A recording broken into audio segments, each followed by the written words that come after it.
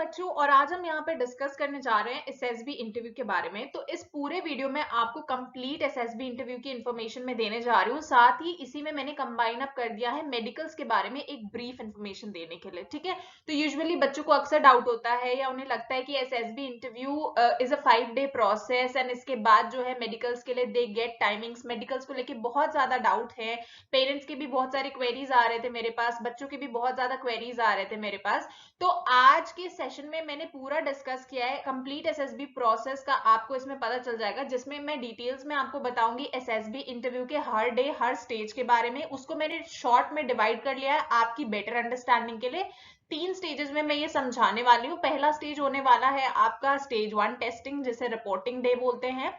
दूसरा होगा जो 2 से 5 डेज का प्रोसेस चलेगा एसएसबी का, एंड तीसरा होगा मेडिकल्स के बारे में।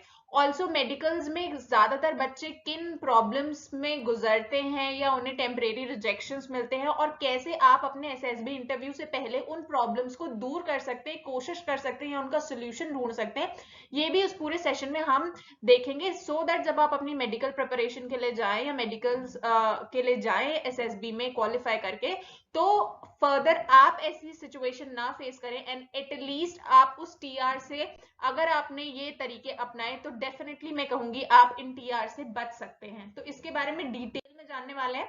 तो जैसे मैंने बोला, टेस्टिंग को मैंने 3 स्टेजेस में डिवाइड किया है। पहला स्टेज वो है जो हमारा स्टेज 1 टेस्टिंग है, जिसे रिपोर्टिंग डे बोलते हैं, जिसे आप स्क्रीनिंग डे बोलते हैं या पीपीडीटी के नाम से ये जाना जाता है ज्यादातर। और दूसरा वो स्टेज है जो आप जब स्टेज 1 क्लियर करते हैं, फिर 2 से 5 दिन आप सिलेक्शन सेंटर में स्टे करते हैं और बाकी के सीरीज ऑफ टेस्ट देते हैं, जिसमें आपका साइकोलॉजिकल टेस्ट आता है, जीटीओ टेस्टिंग आता है, इंटरव्यू आता है, कॉन्फ्रेंस आता है। और जब इस बैरियर को आप क्लियर करते हैं तो फर्दर आप थर्ड स्टेज में जाते हैं, जो कि आपका मेडिकल एग्जामिनेशन का होता है। तो आई होप ये तीनों स्टेज आपको क्लियर है। अब एक एक करके इन स्टेजेस के बारे में मैं आपको बता देती हूँ, ताकि आप अपनी एसएसबी की प्रिपरेशन उस अकॉर्डिंग कर सकें, ठीक है। आइए जाते हैं पहले स्टेज के बारे में। तो बच्चों, पहला स्टेज होता है जिसे हम स्क्रीनिंग स्टेज के नाम से जानते हैं, पीपीडीटी टेस्ट के नाम से जानते हैं, स्टेज 1 टेस्टिंग के नाम से यूजुअली आपने सुना होगा, या रिपोर्टिंग टेस्ट के नाम से सुना होगा। इसमें आपको रिपोर्टिंग करना होता है, यानी जब आप शॉर्टलिस्ट होते हैं एसएसबी इंटरव्यू के लिए, चाहे आपने रिटन एग्जामिनेशन दिया हो या डायरेक्ट अप्लाई किया हो, तो आपकी ईमेल पे एक ऑटोमेटिकली मेल आएगा जिसमें आपका date of reporting and place of reporting दिया होगा विद टाइमिंग्स। तो आपको पर्टिकुलरली उस डेट एंड टाइम पे रिपोर्ट करना होगा विद प्रॉपर डॉक्यूमेंट्स। यहाँ पे आपके सारे डॉक्यूमेंट्स चेक होंगे जो भी आपके उस कॉल अप लेटर में मेंशन होंगे, एंड देयरफॉर आपको अलाउ किया जाएगा स्टेज 1 टेस्टिंग में। अब ये जो स्टेज 1 टेस्टिंग है बच्चे, ये सीरीज ऑफ टेस्ट है। इसमें आपके एप्टीट्यूड टेस्ट होता है। इस एप्टीट्यूड टेस्ट में बेसिकली आपके 2 टेस्ट होते हैं, एक होता है आपका OIR टेस्ट होता है, दूसरा होता है OLQ टेस्ट होता है, ठीक है। जब ये एप्टीट्यूड टेस्ट आपका कंप्लीट होता है, उसके बाद आप जो फेमस टेस्ट है स्टेज 1 का, दैट इज पीपीडीटी टेस्टिंग, तब आप ये जाते हैं, जो 5 मिनट्स का यूजुअली टेस्ट होता है। 30 सेकेंड्स आपको पिक्चर दिखाई जाती है, 4.5 मिनट्स में आपको जो है स्टोरी लिखनी होती है। इसके बाद बच्चों आप देते हैं अपने नरेशन के लिए, नरेशन में जाते हैं, यानी जिसे हम कंबाइंडली ग्रुप डिस्कशन कहते हैं। इसमें आपका इंडिविजुअल नरेशन होता है जो कि 1 मिनट का होता है, जिसमें आपको अपनी स्टोरी को बिना देखे नरेट करना होता है अपने ग्रुप के सामने, एंड देयरफॉर आप जाते हैं कॉमन ग्रुप जीडी में। तो आई होप ये वाला पार्ट आपको क्लियर हो गया होगा। और जब ये स्टेज 1 की टेस्टिंग के रिजल्ट्स आते हैं, जो कैंडिडेट्स इसमें सेलेक्ट हो जाते हैं या मैं कहूँ रिकमेंड हो जाते हैं, वो फर्दर जाते हैं स्टेज 2 टेस्टिंग के लिए। अगर आप इस स्टेज को क्वालिफाई नहीं कर पाते हैं, तो जिस दिन आपकी रिपोर्टिंग हुई, यूजुअली सेम डे आप जो है अपने घर वापस चले जाएंगे, आप सिलेक्शन सेंटर में और नहीं रुक सकते। तो ये सेम डे रिजल्ट आ जाता है, सेम डे आप घर वापस आ जाएंगे, और जो कैंडिडेट सेलेक्ट हो जाएंगे वो आगे जाएंगे स्टेज 2 में। तो आई होप मैं यहाँ पे क्लियर हूँ। तो ये मैंने कवर कराया आपका फर्स्ट पार्ट, यानी स्टेज 1 टेस्टिंग, जिसमें मैंने बताया कि 2 टेस्ट OIR OLQ होंगे, पीपीडीटी में story writing, group discussion which involves your individual narration as well. अब आ जाते हैं बच्चों स्टेज 2 टेस्टिंग पे। स्टेज 2 टेस्टिंग आपका होता है डे सेकेंड से, यानी जब आप फर्स्ट डे का टेस्ट क्लियर कर लेते हैं, उस दिन आपके और कोई टेस्ट नहीं होते, अगले सेकेंड डे से आपका टेस्ट स्टार्ट होता है, जिसमें आता है साइकोलॉजी टेस्ट। इस साइकोलॉजी टेस्ट में बच्चे कम से कम 1.5 से 2 घंटे लग जाते हैं, जिसमें बैक टू बैक आपको सिर्फ और सिर्फ राइटिंग के थ्रू अपने एक्सप्रेशंस, अपने थॉट्स को एक्सप्रेस करना होता है। इसमें आपके सीरीज ऑफ 3 to 4 टेस्ट होते हैं। सबसे पहले होता है आपका टैट, जिसमें स्टोरीज आपको बैक टू बैक दिखाई जाती हैं, 11 स्टोरीज दिखाई जाती हैं एंड इसमें एक ब्लैंक स्लाइड होती है। सेम टाइमिंग होता है जैसे आपने फर्स्ट टेस्ट पीपीडीटी अटेम्प्ट किया होता है। 4.5 मिनट्स में आपको स्टोरी लिखनी होती है, 30 मिनट्स मिलते हैं आपको पिक्चर ऑब्जर्व करने के लिए, बीच में कोई टाइम नहीं है। तो सारा जो गेम है साइकोलॉजी टेस्ट में, that is about your time management, क्योंकि अगर आपने 1 सेकेंड भी मिस किया तो you may lose a lot. Then आपका आता है वैट की टेस्टिंग होती है, जिसमें आपको 60 वर्ड्स दिखाए जाते हैं, 15 सेकेंड्स फॉर ईच वर्ड, ठीक है। तो 60 वर्ड्स के लिए आपको इंडिविजुअल जो भी आपका फर्स्ट थॉट आता है, चाहे वो कोई सेंटेंस हो चाहे वो कोई वर्ड हो, वो आपको वैट में लिखना होता है। Then is your SRT which is also known as situation reaction test। इसमें भी आपको 60 SRTs मिलती हैं, सॉल्व करने के लिए आपको 30 मिनट्स मिलते हैं। इसमें बच्चों SRT इज बेसिकली यहाँ पे सिचुएशन दी जाती है, उसके ऑप्शंस आपके पास आपको देखने होते हैं कि उसमें कौन सी सिचुएशन आप किस तरह से रिएक्ट करते हैं एंड उस सेंटेंस को आपको कंप्लीट करना होता है, ठीक है। तो ये हो गई आपकी SRT के बाद एक होता है SD which is also known as self description. इसमें आपको 5 पैराग्राफ्स लिखने होते हैं, बेसिकली योर पेरेंट्स ओपिनियन, आपके टीचर्स या कलीग्स का ओपिनियन, आपके बॉस का opinion, then what do your teachers think about you and why do you want to join this services, defence forces, और आपका अपना परसेप्शन।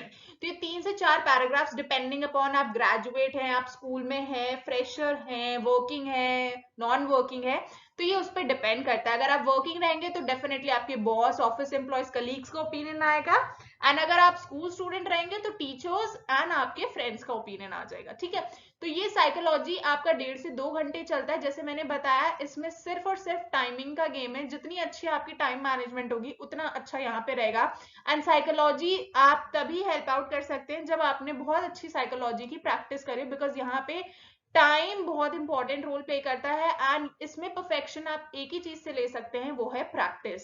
इसके बाद बच्चों आपको देना होता है, जैसे ही आप साइकोलॉजी का एग्जामिनेशन कंप्लीट करते हैं, अगेन जैसे मैंने बोला कि SSB is all about time, तो यहाँ पे without any time certainly randomly कुछ भी स्टूडेंट्स को बुला लिया जाएगा और उन्हें देना होगा personal interview. Now this personal interview can last for around 40 to 45 minutes maximum, और may be more than that, and minimum 15 to 20 minutes का ये चलता है, जहां पे इंडिविजुअल आपका इंटरैक्शन होता है ऑफिसर के साथ, जिसमें बेसिक वो आपका एक क्वेश्चनर फॉर्म होता है, PIQ, पर्सनल इंफॉर्मेशन क्वेश्चनर जिसे बोला जाता है, जिसमें आपकी बेसिक इंफॉर्मेशन जाती है आपके बारे में, आपके प्लेस के बारे में, आपके फैमिली के बारे में, आपके एजुकेशन के बारे में, आपके एक्स्ट्रा करिकुलर एक्टिविटीज के बारे में, आपके हॉबीज के बारे में, आपके इंटरेस्ट के बारे में, आपके स्पोर्ट्स के बारे में, एंड प्रीवियस SSB अटेम्प्ट्स के बारे में। तो ये सारी इंफॉर्मेशन उस PIQ फॉर्म में होती है। बेसिकली इन शॉर्ट कहूं तो एक रिज्यूमे जैसा आपको बना के देना होता है। इसका फॉर्मेट आपको सिलेक्शन सेंटर पे मिलेगा, मैं PIQ फॉर्म भी आपको दिखा दूंगी।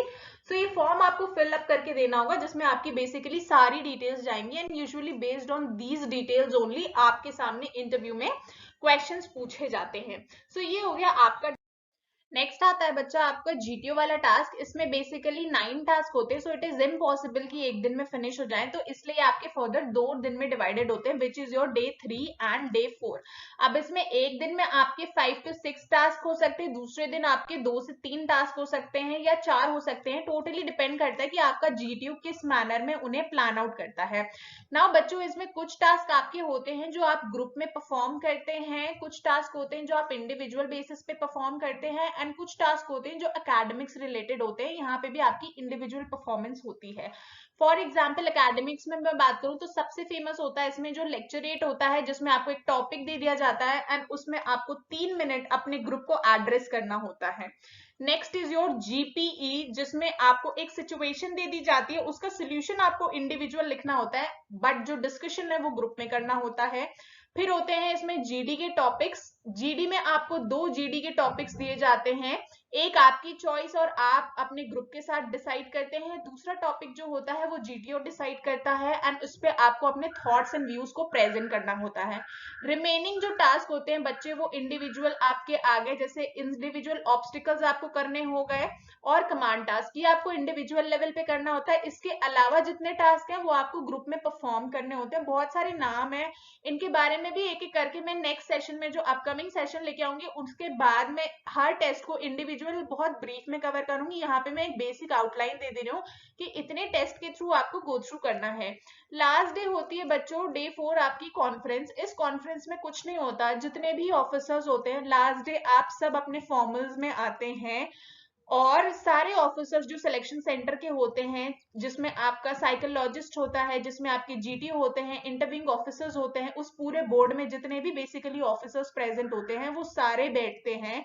आपको कॉल किया जाता है, आपकी conference usually last for 30 second से 1 मिनट तक होती है, जिसमें वो लास्ट मोमेंट अगर उन्हें कोई डाउट है, कोई ओएल की उन्हें लगा कि आप रेकमेंड हो सकते हैं, उन्हें कोई डाउट है आप पे, तो वो पूछने के लिए एक फाइनल इंटरैक्शन होता है, यहाँ पे एक डिस्कशन होता है, क्योंकि this is the point where all your interviewing officers meet after 5 days। ठीक है, तो रिजल्ट डिसाइडिंग के लिए यहाँ पे वो मिलते हैं एंड डिसाइड करते हैं। इसके बाद अब हम आ जाते हैं नेक्स्ट स्टेज 2। जब हमारा कंप्लीट हो जाता है तो ये मैंने आपसे डिटेल में डिस्कस करा स्टेज 2 टेस्टिंग।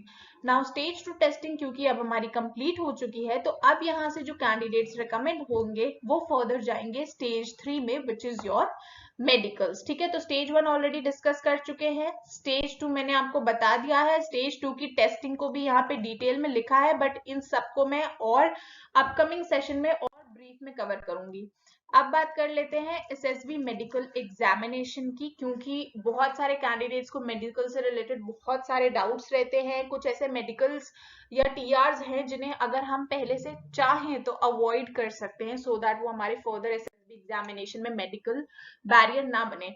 तो जब आप कॉन्फ्रेंस से रिकमेंड होते हैं तब आपके पास होते हैं 2 ऑप्शंस, या तो आपको मिल जाता है परमानेंट रिजेक्शन, जिसमें ये होता है कि अब उसका कोई सोल्यूशन नहीं है, दूसरा आपको मिलता है temporary rejection which is for 42 days itself, यानी 42 डेज बाद आप दोबारा बोर्ड के सामने जाएंगे एंड जो भी प्रॉब्लम है वो प्रॉब्लम आप ऑलरेडी उस पर वर्कआउट करके उसे प्लान आउट करके करेक्ट कर चुके होंगे।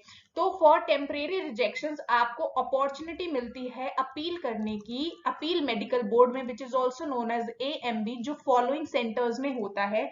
यानी आपके पास ऑप्शन होते हैं इन किसी भी लोकेशंस के, आप कमांड हॉस्पिटल को चूज कर सकते हैं अपना अपील मेडिकल बोर्ड देने के लिए, depending upon wherever you stay. अगर अपील मेडिकल बोर्ड में भी सेम रिजल्ट रहता है, यानी वहां पे भी अगर आपको रिजेक्ट कर दिया जाता है, तो आपके पास एक और अपॉर्चुनिटी होती है रिव्यू मेडिकल बोर्ड की। But this is not easy, it's not the same for every second person, क्योंकि कभी कभी अपील मेडिकल बोर्ड आपको रिव्यू के लिए ऑप्शन नहीं देता है, depending upon your severity cases in medical.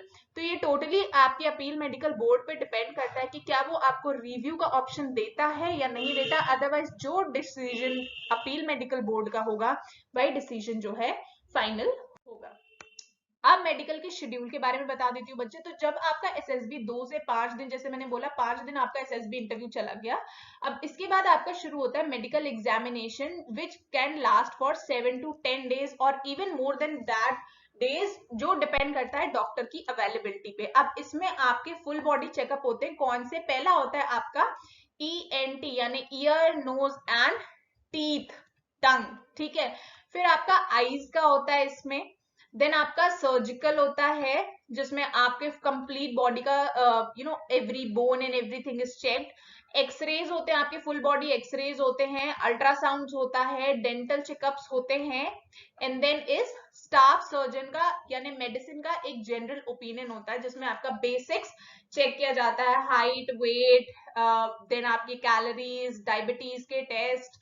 सो जो बेसिक ओवरऑल एक मेडिकल चेकअप होता है वो आपका स्टाफ सर्जन करता है। तो ये आपके कंप्लीट जो है वो मेडिकल डे 7 दिन के शेड्यूल हो गए, एंड ये डॉक्टर की अवेलेबिलिटी पे होता है बच्चों, 7 दिन से ज्यादा का भी टाइम पीरियड लेता है। अब यूजुअली जो प्रॉब्लम्स आती हैं वो हर डिपार्टमेंट से रिलेटेड मैंने ऑलरेडी लिख के रख दिया है। यूजुअली सबके पास कॉमन रीजंस ऑफ रिजेक्शन होते हैं ईएनटी में, जो कि डीएनएस होता है या ईयर वैक्स होता है। तो अगर आपको पता है कि ऐसा कोई है रीजन आपके साथ, तो प्लीज आप इस पे वर्कआउट करके सिलेक्शन बोर्ड में जाएं। आईज के लिए यूजुअली कलर ब्लाइंडनेस की प्रॉब्लम आती है, या peripheral vision, normal vision glasses अगर होते हैं तो आप पावर टेस्ट कर सकते हैं, यानी एक मिनिमम पावर वैल्यू है तो वो आप कॉलम लेटर में मेडिकल क्राइटेरिया में देख सकते हैं। सर्जिकल के लिए कॉमन रिजेक्शंस जो आते हैं वो नॉक नीज आते हैं, एल्बो एंकल आता है, फ्लैट फुट के प्रॉब्लम्स होते हैं, या फ्रैक्चर अगर आपको कहीं हुए हो रिसेंटली आपके एसएसबी जाने से पहले, तब वो एक प्रॉब्लम क्रिएट कर सकते हैं। एक्सरेज में कभी कभी कोई इरेगुलर या अनवांटेड पार्ट्स कहीं पे अगर ऐसा कुछ आता है आपके साथ प्रॉब्लम है, तो वो एक्सरे में रिवील हो जाएगा। इसलिए आपको पता होना चाहिए कि आपकी बॉडी में क्या क्या प्रॉब्लम है, एंड आप एसएसबी जाने से पहले उस पर वर्कआउट कर सकते हैं।